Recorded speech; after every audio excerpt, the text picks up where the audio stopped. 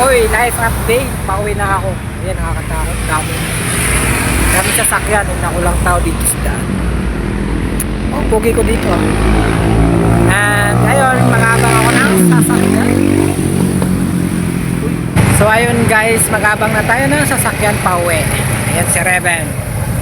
Tangkad, parang ano, kung Bisaya kuhit. Diba? Ayan. Reven, say hi. Hi. So good. Wow. Pauwi na kami. Kamusta yung araw mo ngayon? Okay lang. Productive. Kasi nandito si Jun at saka nanalo kami sa ML. Yay, nanalo daw. Hindi naman, lag kasi. Ay, may reason kami bakit natalo sa ML lag. Gusto mo ba ang brewed coffee or yung coffee na may gatas at saka asukal? Yung coffee na may gatas, syempre. Kasi, ano dual na siya. May coffee ka pa, may gatas ka pa. Comes in a package ba? Yan, tama yan. Tama. No, mag-abang tayo ng sasakyan. May jeep ka? May bus pa ba ngayon?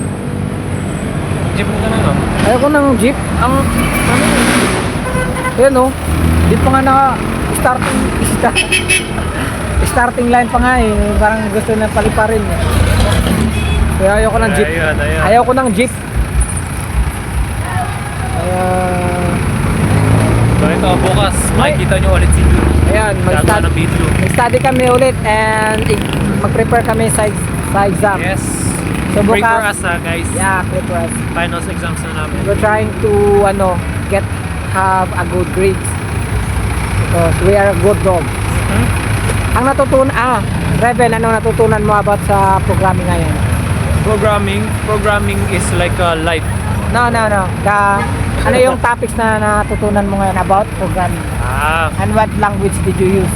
Yung kaninang pinag-aralan namin is Python. Python. Python. Apat yun.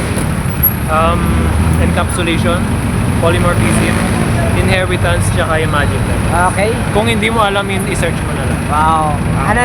Ano yan? Anong ma-advise mo sa mga IT ngayon? IT?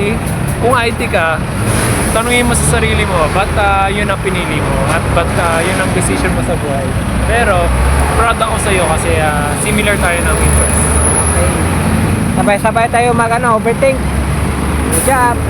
Mag-11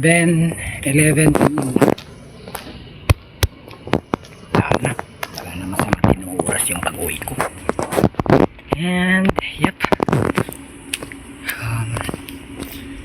guys, it's already